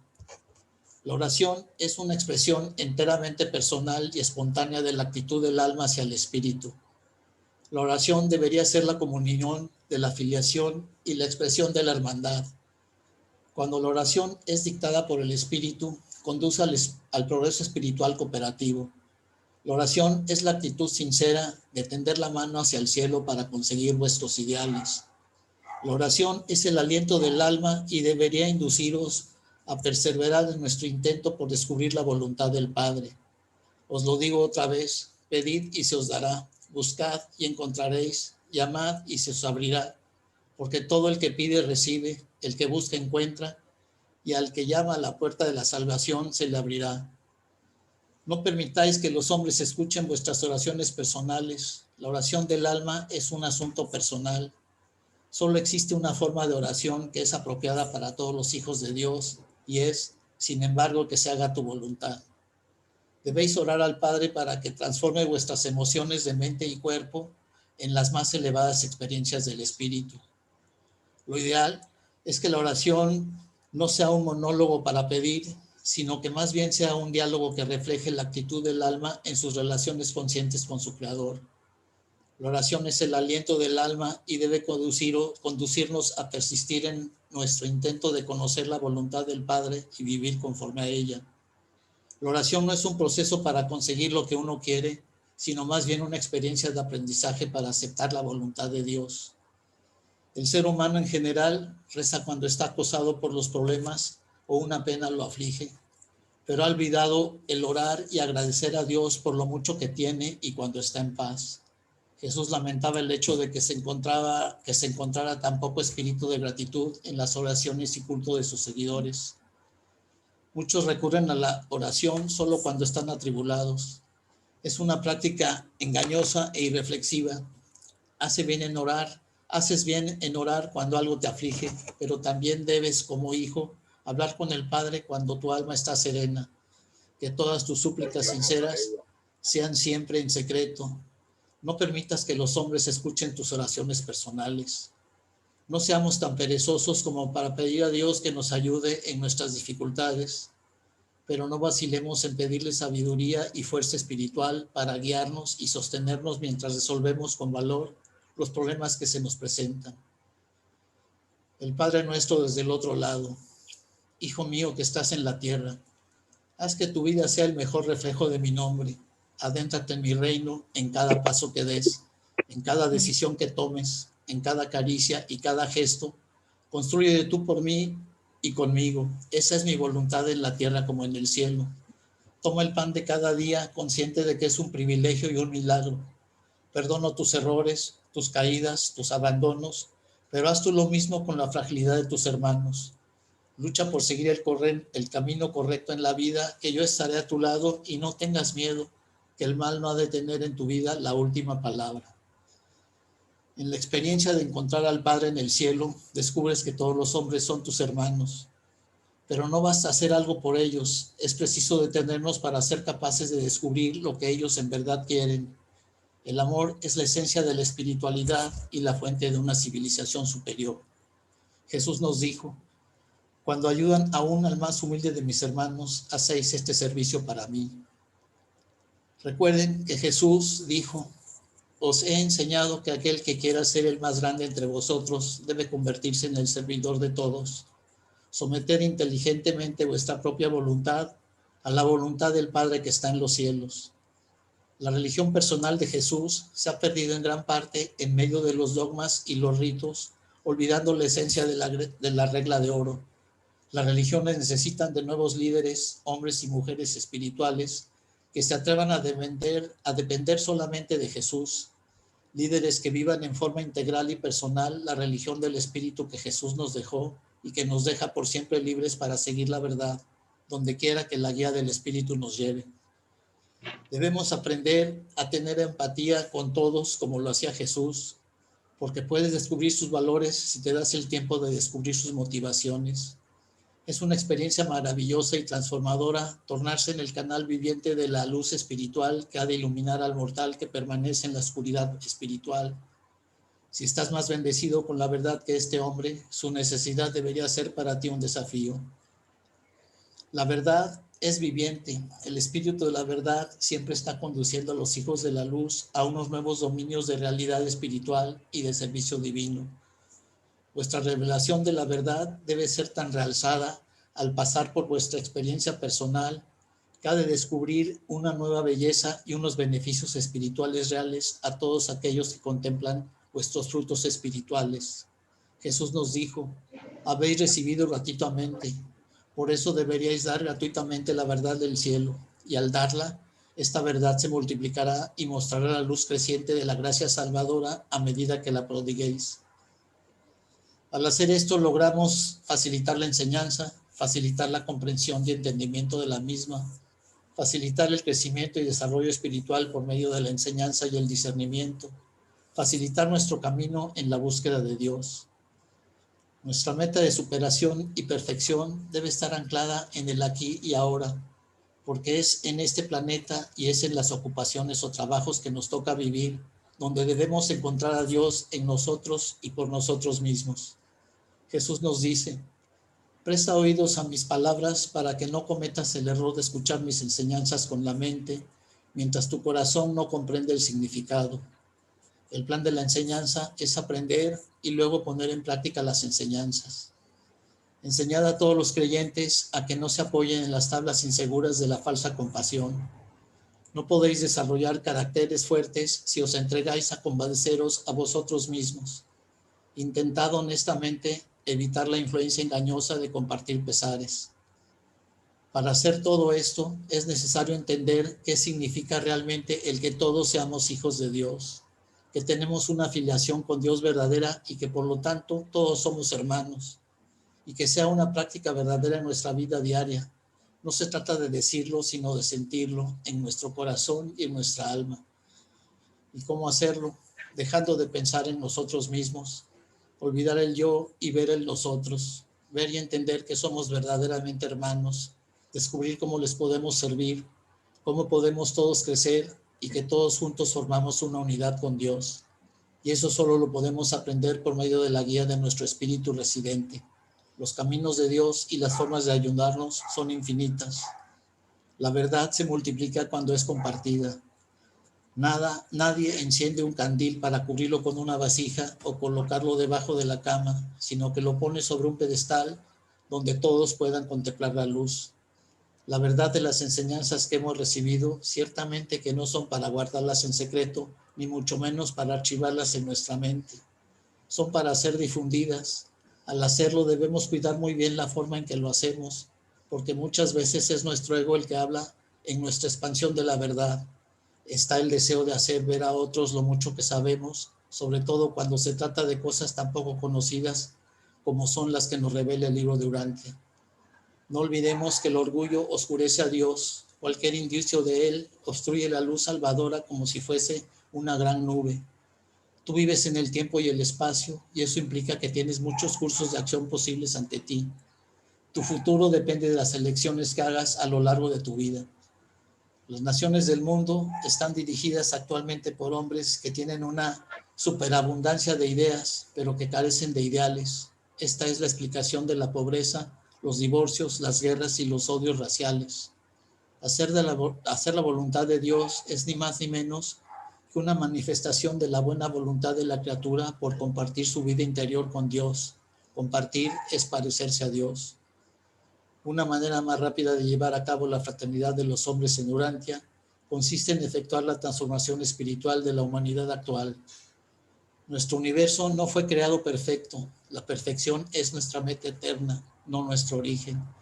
Y si nuestra creación es una existencia dominada por la personalidad, entonces podéis estar seguros de que la supervivencia, el progreso y la consecución de la personalidad son posibles. Podemos confiar en el crecimiento, la experiencia y la aventura de la personalidad. Qué universo tan magnífico porque es personal y progresivo, y no simplemente mecánico o incluso pasivamente perfecto. Aunque un buen entorno no puede contribuir mucho a vencer realmente las desventajas que una herencia inferior tiene para el carácter, un ambiente malo puede estropear de manera muy eficaz una herencia excelente, al menos durante los primeros años de la vida. Un buen entorno social y una educación adecuada constituyen el terreno y la atmósfera indispensables para sacar el mayor partido de una buena herencia. Son los pueblos los que hacen las civilizaciones no hacen a los pueblos. Pensamientos del libro de Urantia. La religión evolutiva crea a sus dioses a imagen y semejanza del hombre mortal. La religión revelada intenta que el hombre mortal evolucione y se transforme a imagen y semejanza de Dios. La religión genuina es fe, confianza y seguridad. La religión evolutiva solo proporciona la seguridad de la fe y la confirmación de la conciencia. La religión revelada brinda la seguridad de la fe más la verdad de una experiencia viviente con las realidades de la revelación. La revelación es la seguridad de la sobrevivencia de nuestra personalidad. Jesús dijo: todos aquellos que conocen el camino de la verdad y que disfrutan de la seguridad de conocer a Dios deberían considerar como un privilegio y no como un deber ofrecer orientación a sus semejantes en sus esfuerzos por encontrar las satisfacciones de la vida. Los que conducen a los hombres hacia Dios experimentan la satisfacción suprema del servicio humano. Jesús trataba de desviar el pensamiento de los apóstoles de la búsqueda del milagro y dirigirlo hacia el descubrimiento de una experiencia verdadera y personal, con la satisfacción y seguridad de que el espíritu de amor y gracia salvadora residía en ellos. Jesús dijo: un alma totalmente egoísta es incapaz de orar en el verdadero sentido de la palabra. Que vuestra delicia suprema esté en el carácter de Dios y Él os concederá con toda seguridad los sinceros deseos de vuestro corazón. Encomendad vuestro camino al Señor, confiad en Él y Él actuará, porque el Señor escucha el llanto del necesitado y atiende la oración del desamparado. Rodán de Alejandría conoció las enseñanzas de Jesús y dijo las siguientes palabras a unos apóstoles de Jesús: pero el mejor de todos los métodos para solucionar los problemas que he aprendido, lo he aprendido de Jesús, vuestro Maestro. Me refiero a lo que Él practica con tanta perseverancia y que tan fielmente os ha enseñado, la meditación adoradora en solitario. En esta costumbre que tiene Jesús de apartarse con tanta frecuencia para comulgar con el Padre que está en los cielos, se encuentra la técnica no solo para acumular las fuerzas y la sabiduría necesarias para los conflictos ordinarios de la vida, sino también para apropiarse de la energía necesaria para resolver los problemas más elevados de la naturaleza moral y espiritual. Incluso los problemas materiales de la salud y la eficacia físicas se resuelven mejor cuando se ven desde el punto de vista religioso de las enseñanzas de nuestro Maestro. El cuerpo y la mente del hombre son el lugar donde vive el don de los dioses, el espíritu de Dios que se convierte en el espíritu del hombre. La mente del hombre se vuelve así la mediadora entre las cosas materiales y las realidades espirituales. Esta práctica de adoración de vuestro Maestro trae ese reposo que renueva la mente, esa iluminación que inspira el alma, ese valor que permite enfrentarse valientemente con los propios problemas, esa comprensión que elimina el temor debilitante y esa conciencia de unión con la divinidad que dota al hombre con la seguridad que le permite atreverse a ser como Dios. El reposo de la adoración o comunión espiritual, como lo practica el Maestro, alivia la tensión, elimina los conflictos y aumenta poderosamente los recursos totales de la personalidad. Y toda esta filosofía, más el Evangelio del Reino, constituyen la nueva religión, tal como yo la comprendo. Hacer la voluntad del Padre es una actitud de vida. No es fácil definirlo en pocas palabras. En cierto modo, es una actitud parecida a la que tienen los niños con sus padres. Los niños confían en ellos y no se preocupan con detalles como su sustento, su ropa o si tendrán juguetes con que jugar. Simplemente saben que sus padres están ahí y son queridos. Y que son queridos. Hacer la voluntad del Padre no es una actitud pasiva, sino activa. Hacer la voluntad del Padre significa que tú voluntariamente quieres hacer la voluntad de alguien mucho más grande que tú, porque es tu deseo explícito llegar a ser como Él. Aunque yo no pueda hacer esto, alguien vive en mí que puede hacerlo y lo hará. Las criaturas evolutivas finitas pueden ascender hasta el paraíso en conformidad con el mandato del Padre Universal: sed perfectos como yo soy perfecto. Es una fe mezclada de confianza en la bondad de Dios. El Padre Universal ve el fin desde el principio. El fragmento de la pura deidad del Padre Universal que reside en el hombre mortal es una parte de la infinidad de la gran fuente centro primera, el Padre de los padres. Solo un individuo que conoce a Dios puede amar a otra persona del mismo modo que se ama a sí mismo. Ama a Dios con todo. Adoremos a Dios en primer lugar porque Él es, luego porque está en nosotros y finalmente porque estamos en Él. En unión con Dios, nada, absolutamente nada es imposible. Sé primero justo, después equitativo, luego paciente y luego bondadoso. Hay que atravesar primero estas etapas para llegar a la auténtica misericordia. Aquel que quiera ser el más grande entre vosotros, que sea el servidor de todos. La predicación persistente de este evangelio del reino algún día traerá a todas las naciones una nueva e increíble liberación, libertad intelectual y libertad religiosa. Aunque el Padre no hace acepción de personas en el otorgamiento de dones espirituales, está limitado por la fe del hombre y por su disposición a cumplir siempre la voluntad del Padre. La vida humana continúa, sobrevive, porque tiene una función universal, la tarea de encontrar a Dios. El alma del hombre activada por la fe no puede detenerse antes de alcanzar esta meta del destino. Y cuando una vez logra esta meta divina, nunca puede terminar porque se ha vuelto como Dios, eterno. El carácter cósmicamente moral y divinamente espiritual representa la acumulación capital de decisiones personales de la criatura que han sido iluminadas por la adoración sincera, glorificadas por el amor inteligente y consumadas en el servicio fraternal. La salvación es un don gratuito de Dios, pero aquellos que nacen del Espíritu empiezan a manifestar inmediatamente los frutos del Espíritu en el servicio amoroso a sus semejantes. Y los frutos del Espíritu Divino producidos en la vida de los mortales nacidos del Espíritu y que conocen a Dios son servicio amoroso, consagración desinteresada, lealtad valiente, equidad sincera, honradez iluminada, esperanza imperecedera, confianza fiel, ministerio misericordioso, bondad inagotable, tolerancia indulgente y paz duradera. Una ambición enérgica, un juicio inteligente y una sabiduría madura son los factores esenciales para conseguir el éxito material. Las dotes de mando dependen de la aptitud natural, la discreción, el poder de la voluntad y la determinación. El destino espiritual depende de la fe, el amor y la devoción a la verdad, el hambre y la sed de rectitud, el deseo entusiasta de encontrar a Dios y de parecerse a Él. No os desaniméis por el descubrimiento de que sois humanos. La naturaleza humana puede tender hacia el mal, pero no es pecaminosa de manera inherente. No os sintáis abatidos por vuestra incapacidad para olvidar completamente alguna de vuestras experiencias más lamentables. Los errores que no consigáis olvidar en el tiempo serán olvidados en la eternidad. Aligerad las cargas de vuestra alma mediante la rápida adquisición de una visión a largo plazo de vuestro destino, de una expansión de vuestra carrera en el universo. Los creyentes en el reino deben poseer una fe implícita, una creencia con toda el alma en el triunfo seguro de la rectitud. Los constructores del reino no deben dudar de que el evangelio de la salvación eterna es verdadero. Los individuos que conocen a Dios no se desaniman por las desgracias ni se dejan abatir por las decepciones. Los creyentes están inmunizados contra la depresión que sigue a los cataclismos puramente materiales.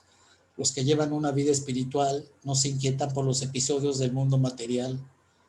La autoestima siempre está coordinada con el amor y el servicio a los semejantes. No es posible estimarse más a sí mismo de lo que se ama al prójimo.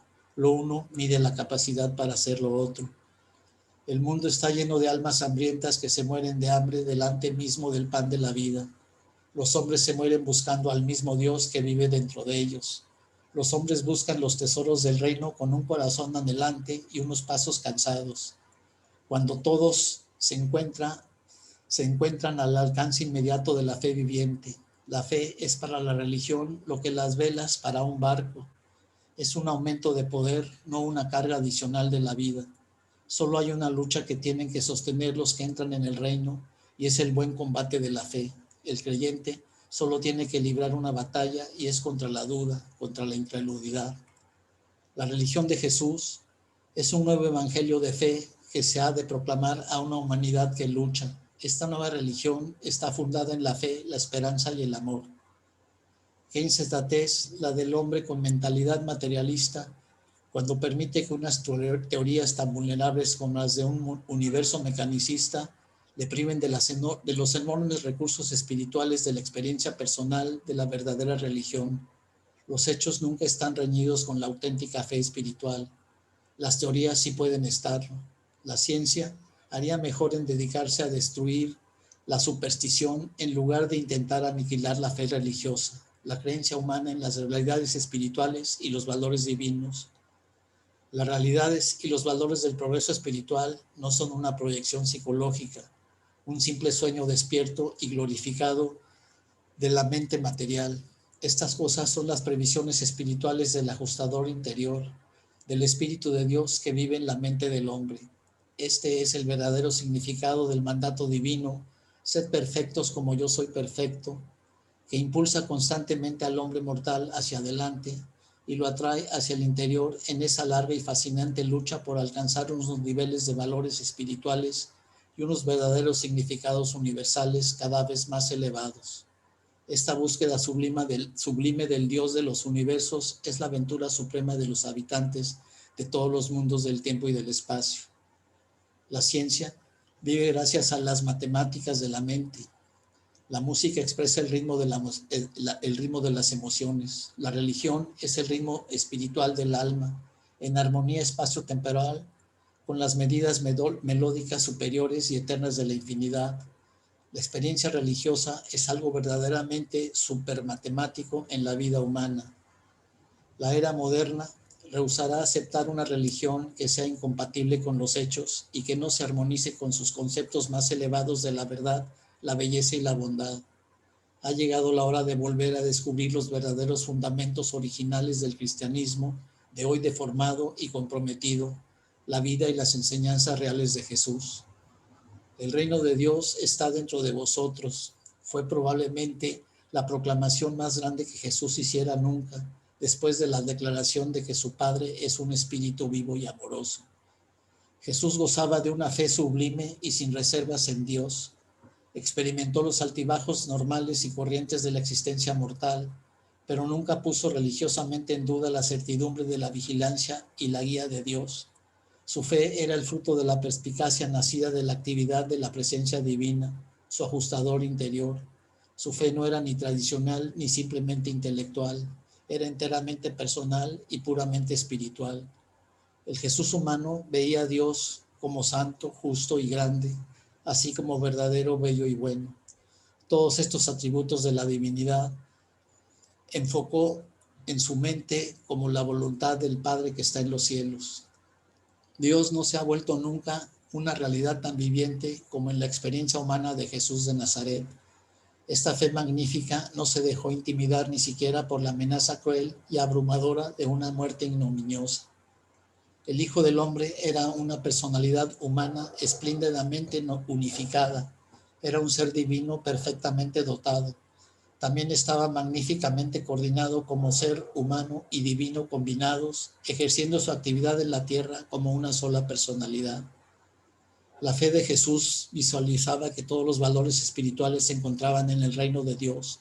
Por eso decía: buscad primero el reino de los cielos. Jesús veía en la hermandad avanzada e ideal del reino de la realización del cumplimiento de la voluntad de Dios. La esencia misma de la oración que enseñó a sus discípulos fue: que venga tu reino, que se haga tu voluntad. Una vez que concibió así que el reino incluía la voluntad de Dios, se consagró a la causa de hacerlo realidad con un asombroso olvido de sí mismo y un entusiasmo ilimitado. Toda la vida del Maestro estuvo constantemente condicionada por esta fe viviente, esta experiencia religiosa sublime, esta actitud espiritual dominaba totalmente sus pensamientos y sentimientos, su creencia y su oración, su enseñanza y su predicación. Esta fe personal de un hijo en la certidumbre y la seguridad de la guía y la protección del Padre Celestial confirió a su vida excepcional una profunda dotación de realidad espiritual. Jesús le entregó a Dios como hombre del reino la más grande de todas las ofrendas, la consagración y la dedicación de su propia voluntad al servicio majestuoso de hacer la voluntad divina. Jesús siempre interpretó la religión de manera sistemática, totalmente en función de la voluntad del Padre. El secreto de su incomparable vida religiosa fue esta conciencia de la presencia de Dios, y la consiguió mediante oraciones inteligentes y una adoración sincera, una comunión ininterrumpida con Dios. Jesús no les pide a sus discípulos que crean en Él, sino más bien que crean con Él, que crean en la realidad del amor de Dios y que acepten con toda confianza la seguridad de su filiación con el Padre Celestial. El Maestro desea que todos sus seguidores compartan plenamente su fe trascendente. Jesús desafió a sus seguidores de la manera más enternecedora, no solo a creer lo que Él creía, sino también a creer como Él creía. Ese es el significado completo de su única exigencia suprema: sígueme. Se necesitaba una fuerte voluntad y una confianza indefectible para creer lo que Jesús creía y como Él lo creía. Es muy lamentable que la religión misma sea tan mal interpretada, que aparte al Jesús humano de los mortales que luchan, que las discusiones sobre la humanidad o la divinidad de Cristo no oscurezcan la verdad salvadora de que Jesús de Nazaret fue un hombre religioso que consiguió por la fe conocer y hacer la voluntad de Dios. Fue realmente el hombre más religioso que haya vivido jamás en Urantia. Seguir a Jesús significa compartir personalmente su fe religiosa y entrar en el espíritu de la vida del Maestro, consagrada al servicio desinteresado de los hombres. Una de las cosas más importantes de la vida humana consiste en averiguar lo que Jesús creía, en descubrir sus ideales y en esforzarse por alcanzar el elevado objetivo de su vida. De todos los conocimientos humanos, el que posee mayor valor es el de conocer la vida religiosa de Jesús y la manera en que la vivió. Los creyentes en el reino no deberían tener el objetivo de imitar literalmente la vida exterior de Jesús en la carne, sino más bien de compartir su fe, confiar en Dios como Él confiaba en Dios y creer en los hombres como Él creía en ellos. Jesús nunca discutió sobre la paternidad de Dios o la fraternidad de los hombres. Él era una ilustración viviente de lo primero y una profunda demostración de lo segundo. La religión de Jesús. Podéis predicar una religión acerca de Jesús, pero la religión de Jesús forzosamente tenéis que vivirla. En el entusiasmo de Pentecostés, Pedro inauguró involuntariamente una nueva religión, la religión del Cristo resucitado y glorificado. El apóstol Pablo transformó más tarde este nuevo evangelio en el cristianismo, una religión que incluye sus propias opiniones teológicas y describe su propia experiencia personal con el Jesús del camino de Damasco. El evangelio del reino está fundado en la experiencia religiosa personal de Jesús de Galilea. El cristianismo está fundado casi exclusivamente en la experiencia religiosa personal del apóstol Pablo. Casi todo el Nuevo Testamento está dedicado no a describir la vida religiosa significativa e inspiradora de Jesús, sino a examinar la experiencia religiosa de Pablo y a describir sus convicciones religiosas personales. La vida de Jesús en la carne describe un crecimiento religioso trascendente que empezó por las antiguas ideas del temor primitivo y de la veneración humana y pasó por los años de comunión espiritual personal hasta que llegó finalmente al estado avanzado y elevado de la conciencia de su unidad con el Padre. Y así, en una sola corta vida, Jesús atravesó esta experiencia de evolución espiritual religiosa. Jesús progresó desde una conciencia puramente humana en la que tenía la certidumbre por la fe de una experiencia religiosa personal hasta las sublimes alturas espirituales de la comprensión definitiva de su naturaleza divina y hasta la conciencia de su estrecha asociación con el Padre Universal en la administración de un universo. El gran error que han cometido aquellos que han estudiado la vida del Maestro es que algunos lo han concebido como enteramente humano, mientras que otros lo han considerado exclusivamente divino. Pero el error más grande se cometió cuando, aunque se reconocía que el Jesús humano tenía una religión, el Jesús divino, Cristo, se convirtió casi de la noche a la mañana en una religión. El cristianismo de Pablo aseguró la adoración del Cristo divino, pero casi perdió de vista por completo al Jesús humano de Galilea, luchador y valiente, que gracias a la intrepidez de su fe religiosa personal y al heroísmo de su ajustador interior, ascendió desde los más humildes niveles de la humanidad hasta volverse uno con la divinidad, convirtiéndose así en el nuevo camino viviente por el que todos los mortales pueden elevarse de esta manera desde la humanidad hasta la divinidad. Jesús fundó la religión de la experiencia personal, haciendo la voluntad de Dios y sirviendo la fraternidad humana. Pablo fundó una religión en la que el Jesús glorificado se volvió el objeto de adoración y la fraternidad estaba compuesta por los compañeros creyentes en el Cristo divino. Jesús no ofreció ninguna regla para el progreso social, su misión era religiosa y la religión era una experiencia excesivamente individual. La meta última del logro más avanzado de la sociedad nunca puede esperar trascender la fraternidad de los hombres enseñada por Jesús, basada en el reconocimiento de la paternidad de Dios. Existe un núcleo espiritual en la mente del hombre, el ajustador de la presencia divina. Si un amante divino no viviera en él, el hombre no podría amar de manera desinteresada y espiritual. Si un intérprete no viviera en su mente, el hombre no podría comprender realmente la unidad del universo. Si un evaluador no residiera en él, al hombre le sería totalmente imposible apreciar los valores morales y reconocer los significados espirituales. Y este amante procede de la fuente misma del amor infinito. Este intérprete es una unidad universal. Este evaluador es el hijo del centro y la fuente de todos los valores absolutos de la realidad divina y eterna.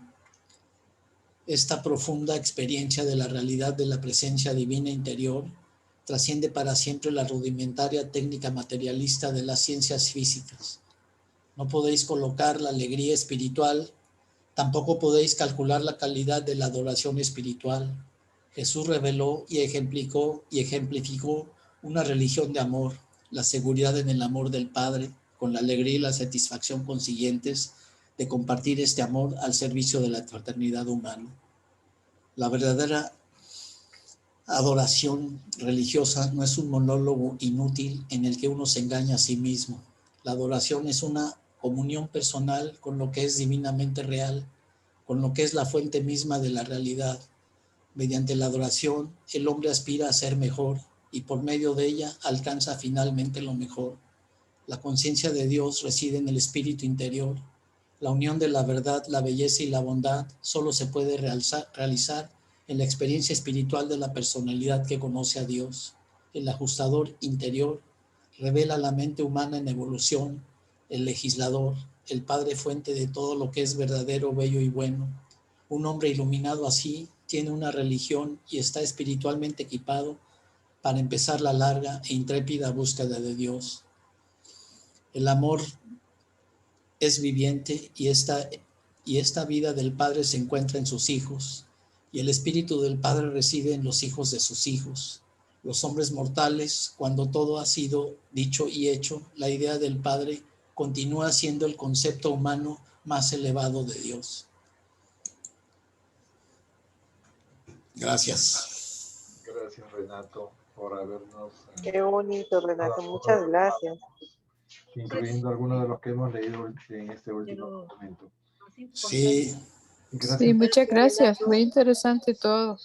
Gracias, Renato. Muy Buenísimo. bonito, muy bonito regalo, Renato. Sí. Bien comprensible, bien clarito, bonito. El chiste es eso, que lo compartamos, que lo demos a conocer a más y más gente dentro del libro de Urantia y fuera del libro de Urantia. O sea, porque yo creo que eso es el trabajo que nosotros tenemos. Porque en el libro, si nos dedicamos nada más a los lectores del libro de Urantia, es una parte muy mínima. La mayoría de nuestros hermanos está fuera de Urantia.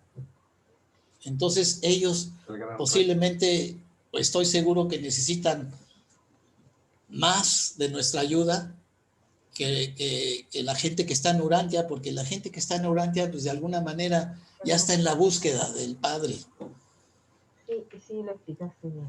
Gracias, Lo Renato, entendemos. sí. Ese es el gran reto, ¿no? Es muy difícil tratar de convencer, aunque sabemos que las personas tienen una necesidad, una sed espiritual, a veces no se atreven, no les da un poco de miedo seguramente, les da temor, sienten que el mundo se les mueve debajo de los pies. Y hay que buscar la forma ¿no? de invitarlos, de que se sientan cómodos de entrar en esto, porque esto significa un poco transformar todas las creencias que teníamos hasta este momento. ¿no? Y reestructurarlas, reconstruirlas y, bueno, hacer los cimientos para una fe que va a trascender nuestra existencia humana. Muy bien, muchas gracias a todos los que han puesto notas en el chat también de agradecimiento, en realidad Sí. lo merecemos. No, claro que sí, como que lo merece. Claro que sí, por supuesto. Hace Vamos a un... estar en contacto con usted porque ya, Javier Martínez va a presentar la segunda parte de la física cuántica. Ah, mira, ¿cuándo? Próximo mes. Pero igual vamos a estar siempre Bueno, en contacto a través del el chat. canal de Urantia Toronto seguirá abierto. El chat que tenemos con WhatsApp con todos ustedes, seguiremos en contacto. Eso es muy bonito, sí. Y también por el correo electrónico, si hay algún mensaje importante que debamos enviarles a todos, los que no solamente han participado en las sesiones, sino los que nos han seguido por YouTube. Una de nuestras más fieles seguidoras de YouTube es aquí Martica. Y Martita, y como linda. ella, seguramente muchos más que reciben los correos y reciben los enlaces para las grabaciones de nuestras sesiones.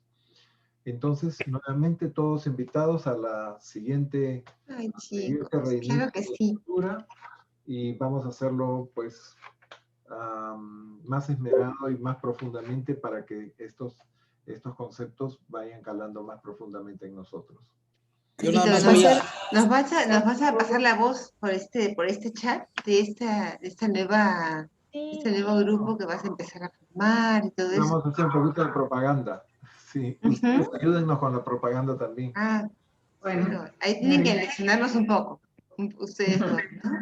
¿Qué necesitan que digamos? ¿Cómo proyectarlo a nuestros contactos y todo eso, ¿no? Sobre todo muchachos jóvenes, ¿no? Que tienen mucha sed de entender las cosas y un poco cansado de tanta imposición, ¿no? Que han recibido, ¿sabes? De ahí vamos a ayudar todos. Ok, amigos. Muchísimas gracias nuevamente. Les queremos mucho y les deseamos un lindo fin de semana. Y buenas noches a todos. Sí, buenas noches. Pasen bien. Buenas noches. Gracias. Gracias a todos. Chicos, chicos.